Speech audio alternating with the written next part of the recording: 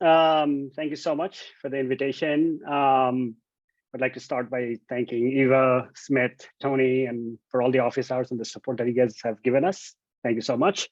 The title of the talk is Simple Ways to Measure and View HPC Application Performance in Ookami with PerfPal, and we'll present some case studies with DOE applications.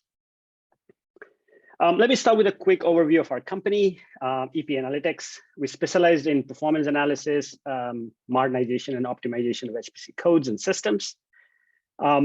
To do that, we build our own performance analysis tools. Our tools are designed to work efficiently on production HPC codes, and we use the tools to understand what sections of code benefit from current or future hardware components. These tools play a vital role in our many collaborative engagements with application developers, where we actively participate in code porting and optimization processes. Before I move on, I want to acknowledge the funding agencies. This work was supported in part by the SBIR grants from Department of Defense, Defense Threat Reduction Agency, DTRA, and Department of Energy. Partial support also comes from the DOE ECP Application Development, or the AD project. Let me start with some background information. I don't think I want to dwell too much on why performance is key in this talk. The very first talk was about performance. And I think we all understand why that is so important.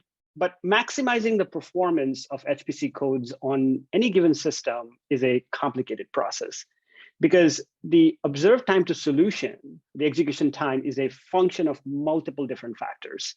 There are compile time parameters, unknown performance attributes, IO, and runtime parameters. It is also the case that HPC systems are often designed to provide a very balanced performance across a variety of different science domains. So to use the systems efficiently, an in-depth understanding of where your code is bottlenecking and what can be done to eliminate the bottleneck is required.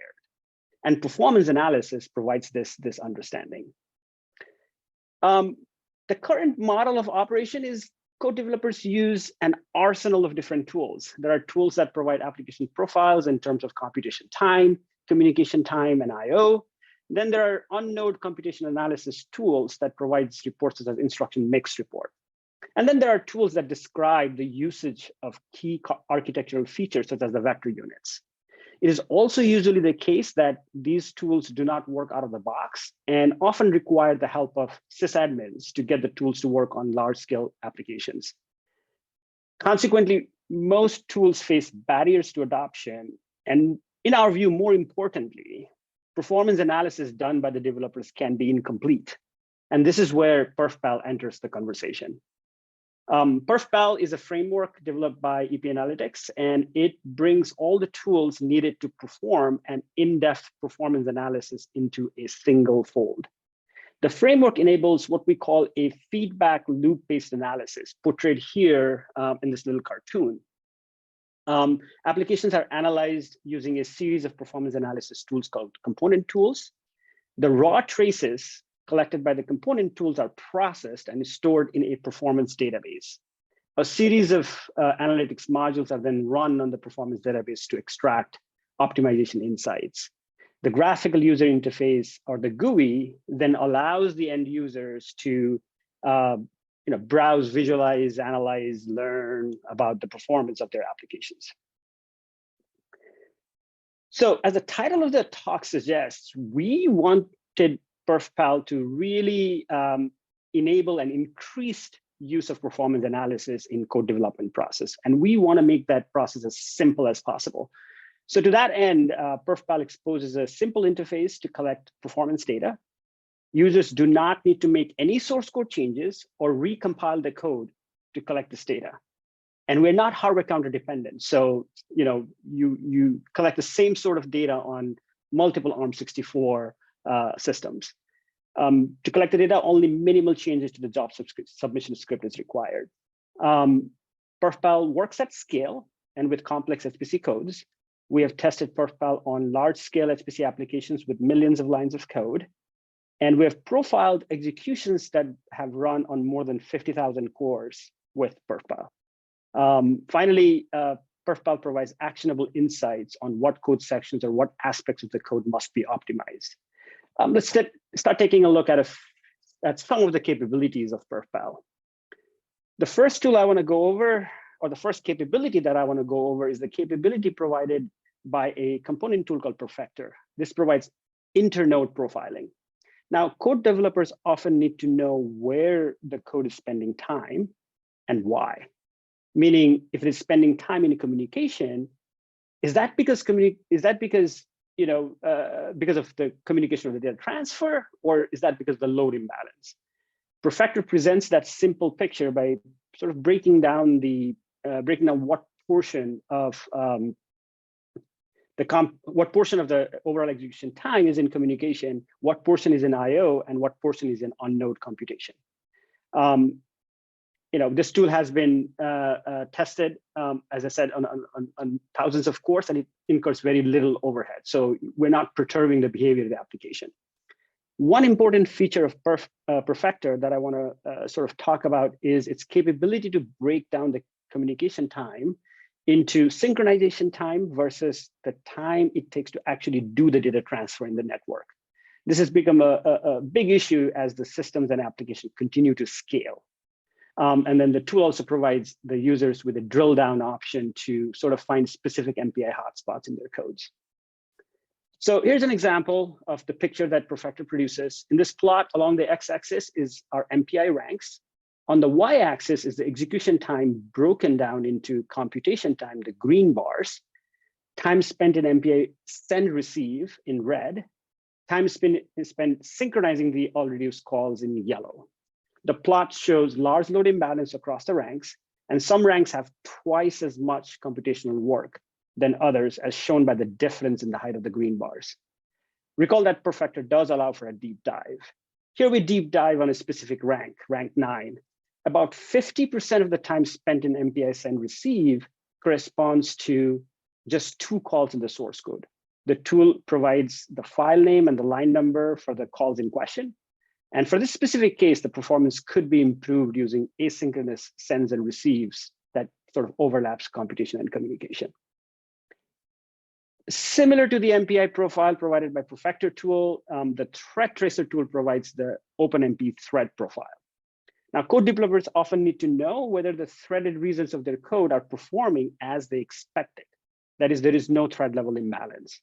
Now, this tool breaks down the overall execution time into the time spent in OpenMP parallel regions, time spent in synchronization, or the overhead of OpenMP, and time spent in serial sections of the application. There is also a drill down option that allows the users to identify specific OpenMP regions or loops that account for the most execution time. The graph provided here is, that allows the users to view the ranked level and the thread level imbalance in a single view. The graph shows the inflated level of serial work that, thread 0 does on each rank. On-node performance analysis. On A64FX-based system, PerfPal currently provides the following features.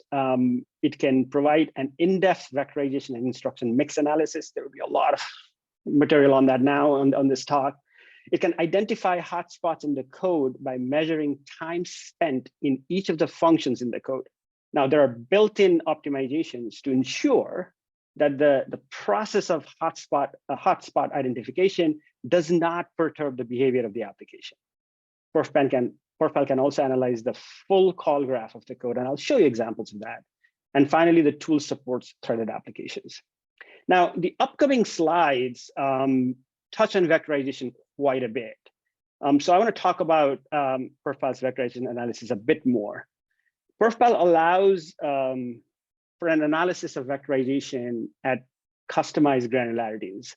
This means that you can get the vectorization report at the whole application level, or at different functions level, or for different loops within different functions.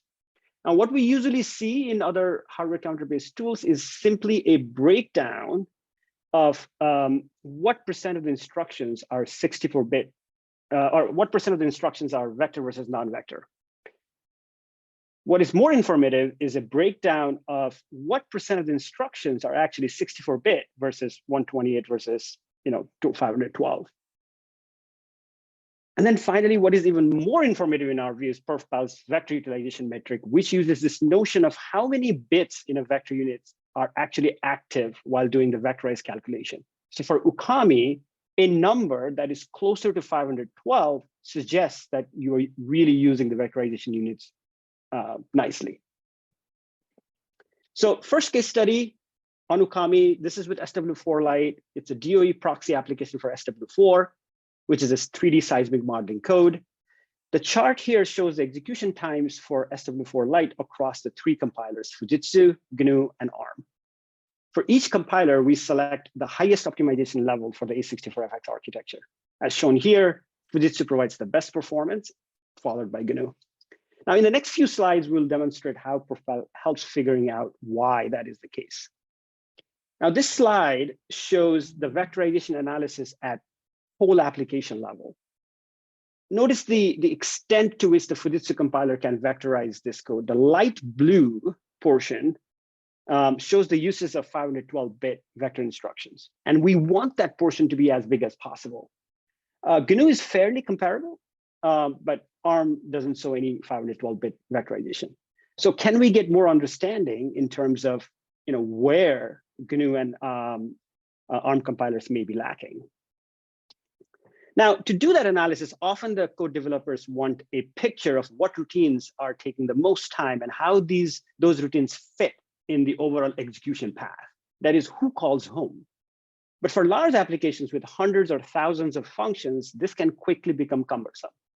Now, shown here is the full call graph of SW4 Lite. PerfPal has automated analysis modules that can vastly simplify the call graph and only show the paths in the execution profile that are the most relevant or that are the most hot. Here is an example of that. On the left is the automatically reduced call graph for Fujitsu compiled binary. And on the right is the same for GNU compiled binary. A node in the graph is a subroutine and the edge denotes a call. In this case, we annotate each node with the name of the function, the total dynamic instruction count, the time, the inclusive time, and the vector utilization metric that I talked to you about earlier. The leaf functions are of interest here. And one such function we show here, the RHS fourth star, the vector utilization metric for that particular routine on Fujitsu is 334, while it is 156 in the GNU. So let's dig deeper. This slide first breaks down the time spent across different routines for each of the compiler. The hottest function takes 38% of the total execution time in the Fujitsu compiled binary. Then we show further analysis where we, for all the 3 compilers, where we first show the function level vectorization analysis. This function happens to have 2 loops. And we also break down and show the vectorization analysis at the loop level.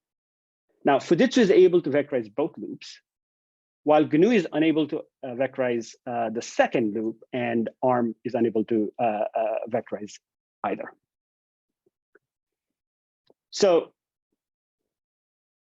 wanted to just kind of throw in multiple other use cases without spending too much time. Here are additional results on A64FX system at Sandia on a system called Inoue. We show this because the choice of compiler really matters. Lula's code, for example, performs better when compiled with GNU, while the opposite is true for HPGMG code. Again, shown is the vectorization analysis at the whole application level. We now turn into our work on games.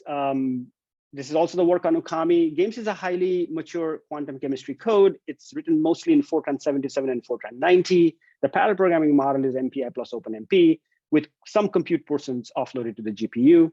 The code base is large, more than 1 million lines of code.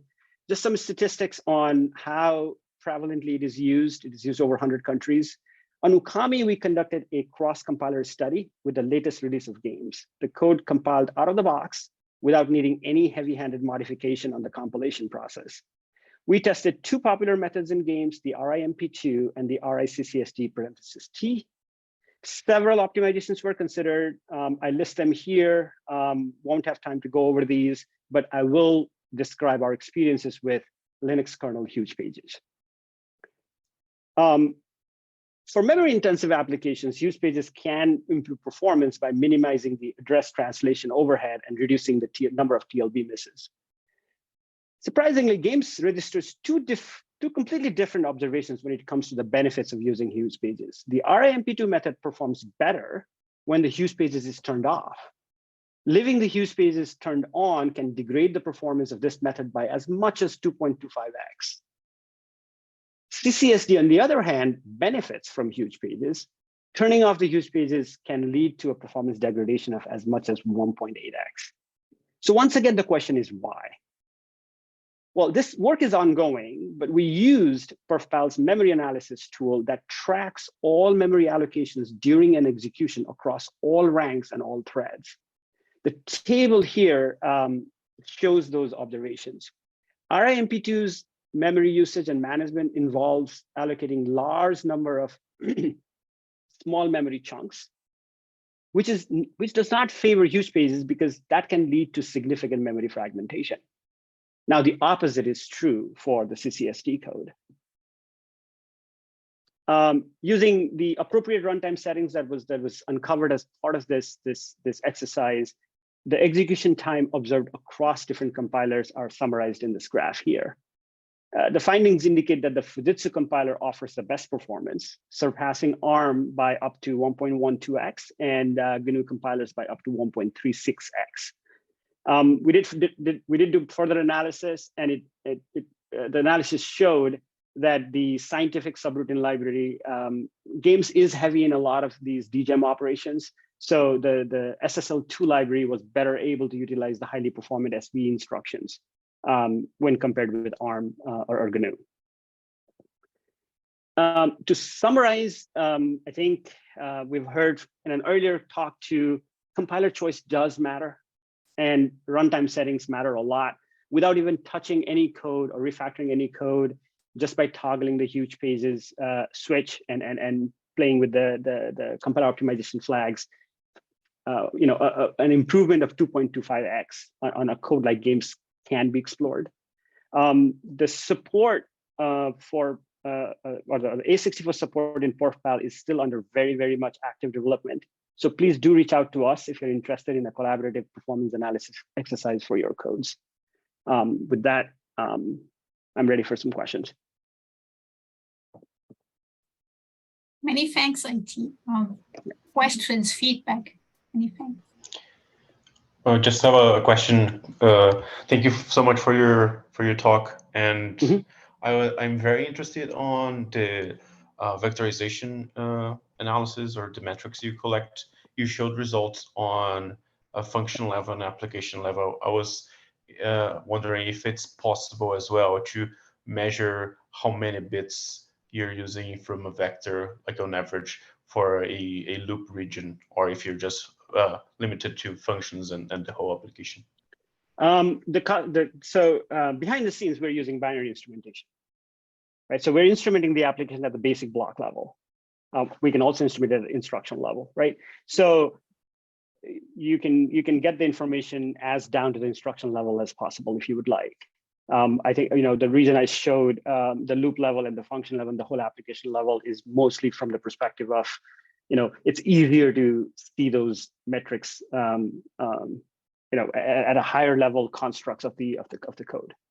But there is no reason you couldn't go to loop, you couldn't go to basic block all the way to the instruction level.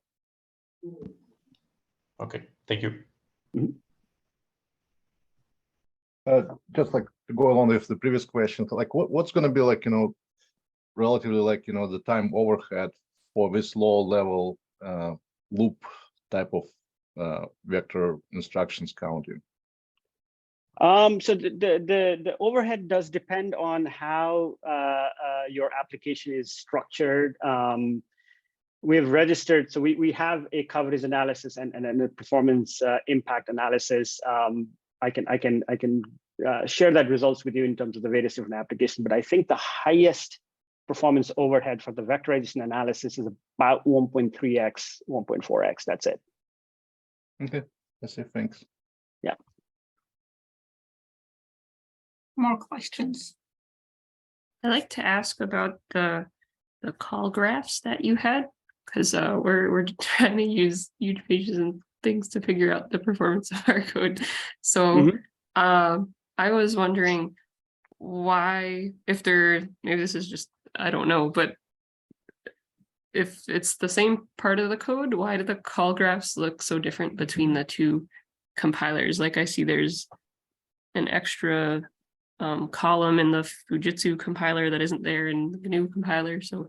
So we use the highest optimization levels for each of the compilers. So that means that you know, based on what compiler you may be on, some functions may be inlined and may not appear in one binary versus as a node in one compiler versus the other.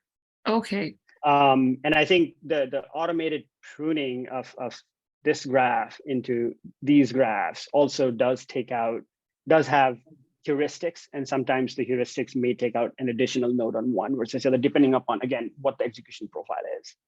Okay, thank you. Yeah. Can I also ask one more question? Is how long would you run a code before you can get like a good picture of its performance? Like, would you run it for a few, I guess, time steps if you use time steps in your code, or do you have to run it for a long time?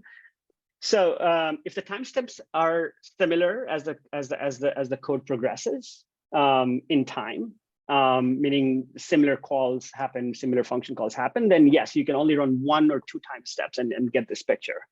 But if you are in AMR or some adaptive code, then obviously you would need to run it through the life of the program. Okay, thanks so much. This is really cool. So thank you. Yeah, reach out to us. I mean, we'll share the additional information on the huge pages and so forth. Oh, great. Thank you so much. Yeah. Yeah, that's actually very interesting that you get so much better results or performance on games without the huge pages, like 2.25. That's substantial. And then the fact that the as you go from one method to the other, the benefit just becomes, you know, completely opposite, right? So. And you mentioned that for doing this analysis, you don't have to recompile your code. So how does it work? You just have like for our map, you do like map executable and then let it run. Like in this case, so there are multiple ways different data is collected. One is for the MPI profile and the thread level profile. It's a simple LD preload of the tool binary. Or the tool shared library that intercepts certain calls and makes the measurements and lets the application go. So that doesn't require any recompilation. For all the node level vectorization analysis and everything that I've talked about here, it's instrumenting the production binary itself. So we actually take the production binary for function timers, for example. We analyze the binary to find out where the different entry and exit points are for different functions, and we change the binary to insert hooks for performance measurements. So you know, we can take a production binary and instrument it with function timer logic, let it run on the system, and out comes the raw data that we can then process. That's really interesting. Thanks for sharing that. Yep. I think you mentioned this already, but if we're interested in trying this out, do we contact you, or is there a GitHub page that we can go to? Yeah, so the tool infrastructure is in, I'm not sure if you're familiar with the SBIR funding. We are in phase 2 right now. Okay. So it's very much in active development. We're happy to work with you and get it going for your application. So please contact us. Will do. Thank you very much. It's very interesting. Yeah.